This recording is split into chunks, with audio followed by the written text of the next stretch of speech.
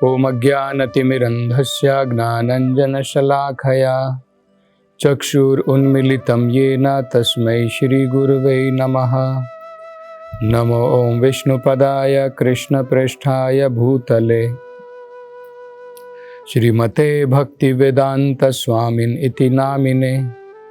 नमस्ते सरस्वती देवे गौरवाणी प्रचारिणे निर्विशेष शून्यवादी पाश्चात्य देशतारिणे।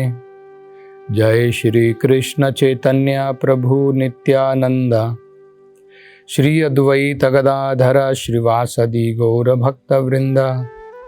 हरे कृष्णा कृष्ण कृष्ण हरे हरे, हरे राम राम राम हरे हरे। हरे कृष्ण। तो नारद जी ने ध्रुव को कुछ बड़ी महत्वपूर्ण निर्देश दिए थे, बड़े महत्वपूर्ण वचन सुनाए थे, लेकिन ध्रुव ने एक कारण दिया था जिसके कारण वो नारद मुनि के जो सुंदर जो उन्होंने वचन सुनाए थे, जो उन्होंने कार्यक्रम बताया था, ध्रुव महाराज जो है उसका पालन क्यों नहीं कर सकते हैं, उसका कारण भी उन्होंने बताया था। महाराज ध्रुव ने क्या कहा था?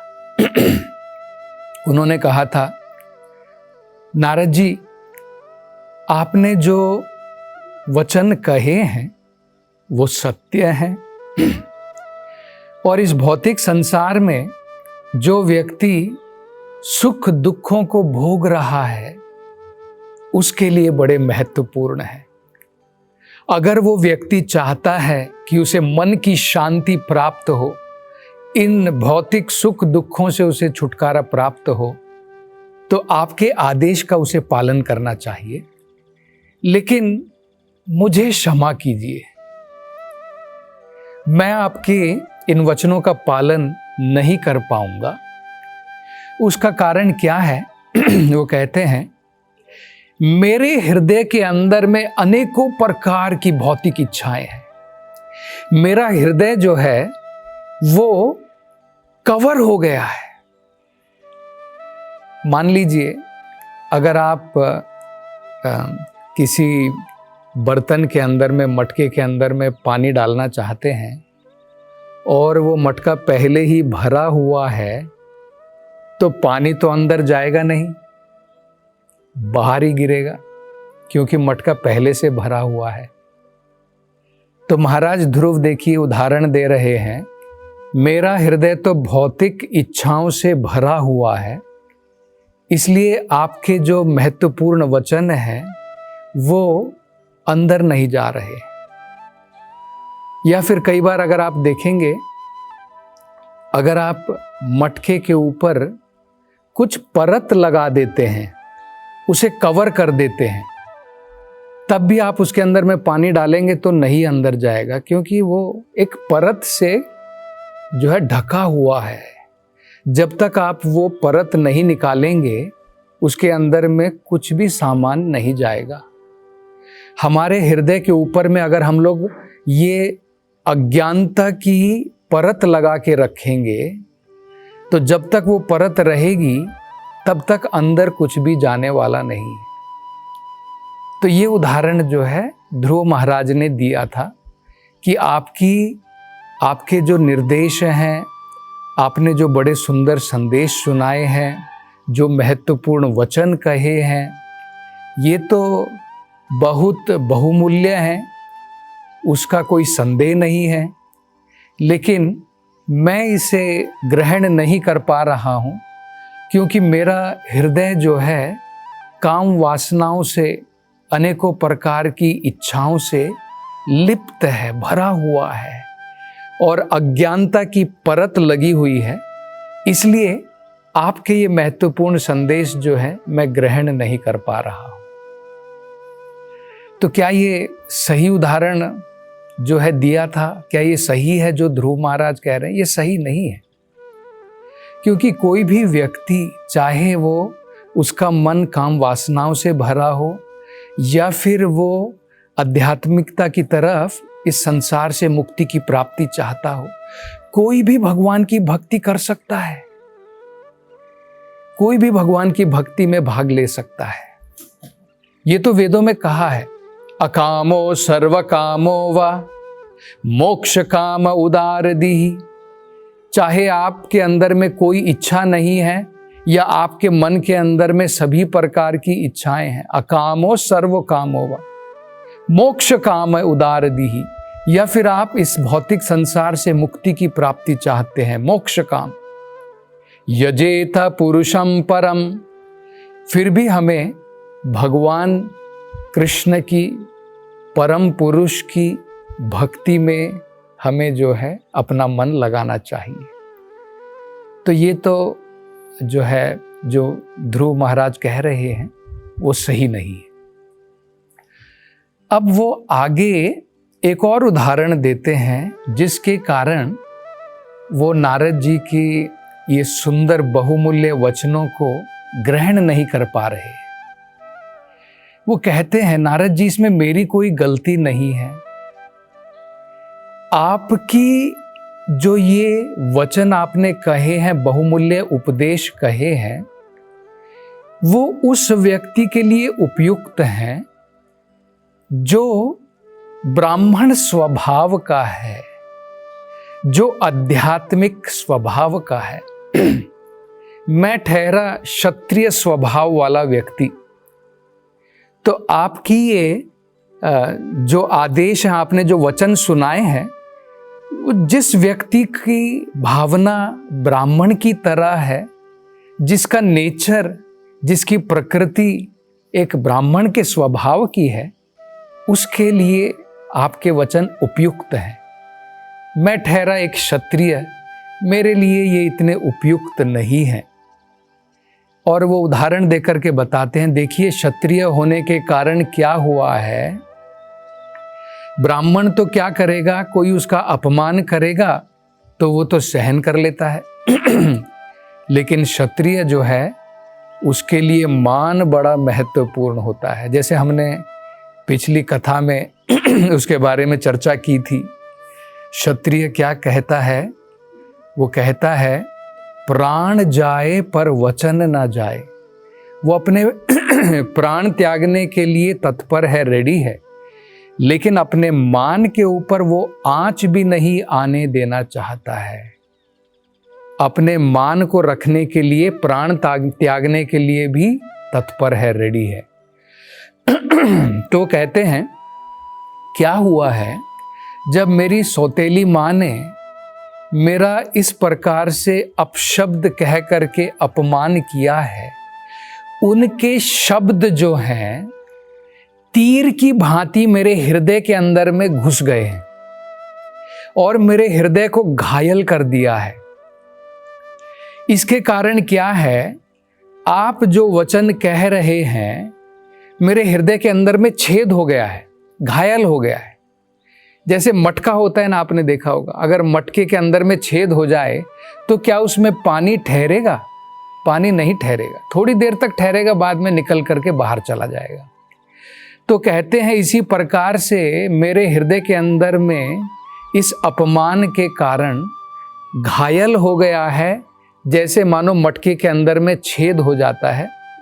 और इसके कारण आपके ये बहुमूल्य वचन जो है ज़्यादा देर तक मेरी चेतना के अंदर में नहीं ठहर रहे हैं, मैं इनको इसलिए ग्रहण नहीं कर पा रहा हूँ। ये भी जो है ध्रुव महाराज उदाहरण देते हैं। अब देखिए इससे हम क्या समझ सकते हैं। एक तो ये कि ध्रुव महाराज कह रहे हैं कि उनकी कोई गलती नहीं है, क्योंकि उनका स्वभाव एक क्षत्रिय का स्वभाव है। ये बड़ा महत्वपूर्ण होता है गुरु के लिए, किसको किस प्रकार की ट्रेनिंग देनी है, उसके स्वभाव के अनुसार गुरु जो हैं उनका परीक्षण करते हैं और उसके बाद में उस शिष्य को किस रास्ते पर जाना है, क्या उसे वेदों का पठन पाठन यजन याजन ब्राह्मण के रूप में उसे ट्रेनिंग देनी है, या फिर उसको क्षत्रिय के रूप में जो है ट्रेनिंग देनी है, वो गुरु जो हैं शिष्य के स्वभाव के द्वारा समझने के पश्चात उनको जो है उस प्रकार के निर्देश देता है। ये केवल क्षत्रिय के घर में कोई जन्म लिया है वही क्षत्रिय बन सकता है, ब्राह्मण के घर में जिसने जन्म लिया है वही ब्राह्मण बन सकता है, उनके लिए फैसिलिटी अच्छी होती है, लेकिन केवल ऐसा ही होता है ऐसा नहीं है। ऐसे हम बहुत सारे उदाहरण देख सकते हैं। एक बार जैसे हमने इसके बारे में चर्चा की थी कि गौतम ऋषि के पास में एक जो है युवक जाकर के उनकी शरण ग्रहण करते हैं और उनसे कहते हैं कि मैं आपका शिष्य बनना चाहता हूँ। तो वो ऋषि उनसे कहते हैं, बेटा एक काम करो, पहले मुझे ये बताओ कि तुम्हारे माता पिता कौन हैं। तो वो युवक अपने घर जाता है और अपनी माँ से पूछता है, माँ मेरे पिताजी कौन हैं। तो उनकी माँ कहती है, बेटा मैं एक वैश्य का जो है कार्य करती हूँ, मेरे पास में बहुत सारे लोग आते हैं अपनी इच्छा पूर्ति के लिए, तो तुम्हारा पिता कौन है वो मैं भी नहीं बता सकती हूँ। तो ऐसा सुनने के पश्चात में ये इसका नाम था सत्यकाम जबल। तो ये जो है ऋषि के पास में जाते हैं और सब कुछ सच सच बता देते हैं। तो ऋषि बड़े प्रसन्न होते हैं, कहते हैं कि पुत्र तुम्हारा जन्म कहीं पर भी हुआ हो, लेकिन तुम्हारे अंदर में ब्राह्मण के गुण हैं, तुम सत्य बोलना चाहते हो। सत्य क्षमा दमः तपस् शौचम ये सब ब्राह्मण के गुण होते हैं। तो तुम्हें मैं उस प्रकार का अभ्यास कराऊंगा, उस प्रकार की तुम्हें ट्रेनिंग दूंगा जिसके द्वारा तुम ब्राह्मण बन पाओगे। तो ये हम यहाँ पर देख सकते हैं कि ध्रुव महाराज जो हैं क्षत्रियों के घर में पैदा हैं और उनके अंदर में वो स्वभाव है क्षत्रिय का, उनके अंदर में वो गुण है क्षत्रिय के, और इसके कारण वो कह रहे हैं कि मेरा क्षत्रिय का स्वभाव होने के कारण आपके ये जो आपने बड़े सुंदर वचन सुनाए हैं, बड़े महत्वपूर्ण जरूर हैं, लेकिन मेरा क्षत्रिय का स्वभाव है और उसके कारण आपको पता है मेरे हृदय के अंदर में घाव हो गया है, घायल हो गया है, और उसके कारण आपके ये वचन जो है ठहर नहीं पा रहे हैं। तो ये उन्होंने जो है उदाहरण दिया था। आज भी हम ये देख सकते हैं, भक्ति वेदांत स्वामी श्रील प्रभुपाद एक और उदाहरण देते हैं अमेरिका का। ये देखिए कितने उपयुक्त उदाहरण है। जब श्रील प्रभुपाद जी अमेरिका गए थे उस समय वहां पर युद्ध की तैयारियां चल रही थी। अमेरिका ने युद्ध घोषित कर दिया था किसी देश के ऊपर। तो गवर्नमेंट में, सरकार में एक ड्राफ्ट बोर्ड बनाया था। ड्राफ्ट बोर्ड का मतलब है जितने ज़्यादा लोगों को वो मिलिट्री में शामिल कर सके वो उनके लिए अच्छा था, क्योंकि उनको अब जो है अपनी सेना बढ़ानी थी। अगर वो किसी देश के ऊपर अब आक्रमण करना चाहते हैं तो अपनी सेना तो बढ़ानी पड़ेगी। तो उन्होंने जो है, सरकार ने आदेश दिया था कि जितने भी युवक लोग हैं, नवयुवक लोग हैं, उनको धीरे धीरे हम जो है सरकार की तरफ से मिलिट्री की ट्रेनिंग देंगे। लेकिन प्रभुपाद ने देखा कि वहाँ की सरकार जो है नाकाम हुई इस कार्य में, क्योंकि वहाँ के नवयुवकों को, लोगों को जो ट्रेनिंग दी गई थी वो केवल शूद्र मात्र की थी, टेक्नोलॉजी मात्र की थी। किस प्रकार से शौर्य होता है, साहस होता है, युद्ध में किस प्रकार से साहस के साथ में भाग लेना है, उस प्रकार की तो कोई वहां पर अभ्यास नहीं था, कोई ट्रेनिंग नहीं थी। तो इसके कारण क्या हुआ था, वहां की सरकार विफल हो गई थी। लेकिन जब श्रील प्रभुपाद जी गए तो उन्होंने देखा कि इन लोगों को जो शूद्र की जो उनको ट्रेनिंग दी गई थी, ये लोग अब हिप्पी बन गए थे। लेकिन फिर भी श्रील प्रभुपाद जी ने बड़ी करुणा के साथ में इन सभी लोगों को ब्राह्मण के रूप में उनको अभ्यास, उनको ट्रेनिंग प्रदान की, और जिसके कारण हम देखते हैं कि आज भी विश्व के अंदर में बिना कोई धर्म, बिना कोई जाति के उसकी कोई रोक टोक नहीं है। किसी भी व्यक्ति के अंदर में अगर उस प्रकार के गुण हैं और अगर हम उसको सही प्रकार का अभ्यास कराते हैं, प्रैक्टिस कराते हैं, ट्रेनिंग देते हैं, तो उसके अंदर में उस प्रकार के गुण वो अर्जित कर सकता है। तो ये बड़ा महत्वपूर्ण हम लोग जो है यहाँ पर सीख सकते हैं। तो ध्रुव महाराज ने ये 2 कारण दिए जिसके कारण जो है वो नारद मुनि के उपदेशों को स्वीकार नहीं कर पा रहे थे, ग्रहण नहीं कर पा रहे थे।